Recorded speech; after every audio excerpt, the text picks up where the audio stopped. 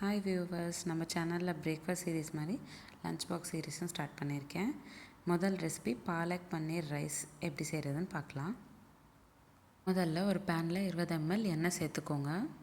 கூடவே 2 கப் பாலக்கீரை சேர்த்துக்கோங்க.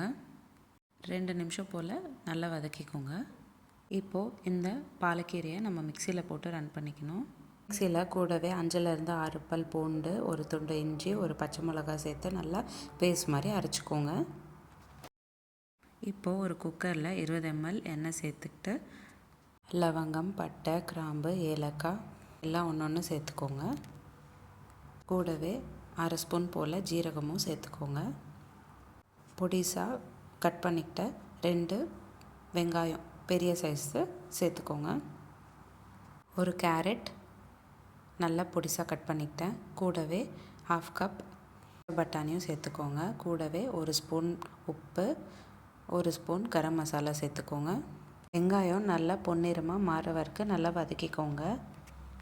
வெங்காயம் நல்லா வதங்கினக்கப்புறம் நம்ம செஞ்சு வச்சுருக்கிற பாலக்கீரை பேஸ்ட்டும் சேர்த்துக்கோங்க. 1 கப் அரிசி நான் ஊற வச்சுருக்கேன். ஊற வச்ச தண்ணியோட ரைஸும் சேர்த்துக்கோங்க. 1 கப் ரைஸ்க்கு 3 கப் தண்ணி சேர்த்துக்கோங்க. இப்போது இன்னொரு பேன் எடுத்துக்கிட்டு 30 ml ஆயில் சேர்த்துக்கிட்டு அதில் 100 கிராம் பன்னீர் நல்லா வறுத்துக்கணும். பன்னீர் சேர்த்தக்கப்புறம் 1/2 ஸ்பூன் காரத்தூள், 1/4 ஸ்பூன் உப்பு சேர்த்துக்கிட்டு நல்லா வதக்கிக்கோங்க. 2 நிமிஷம் வதக்கினக்கப்புறம் இந்த மாதிரி இருக்கும் பன்னீர்.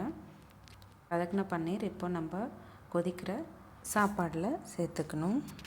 ஒரு 2 நிமிஷம் போல் பன்னீரும் கொதிக்க வச்சுட்டு 3 விசிலுக்கு வேக வச்சுக்கோங்க. ஸ்லோ ஃப்ளேம்லேயே வேக வச்சுக்கோங்க. அவ்வளோதான், பன்னீர் பாலக் ரைஸ் ரெடி ஆகிடுச்சு. உங்களுக்கு இந்த வீடியோ பிடிச்சிருந்தால் லைக் பண்ணுங்கள். இதே மாதிரி டெய்லி ஒரு ரெசிபி பார்க்குறதுக்கு என்னோடய சேனல் சப்ஸ்கிரைப் பண்ணிக்கோங்க. மீண்டும் சந்திப்போம் ஒரு அழகான ரெசிபியுடன். தேங்க்யூ.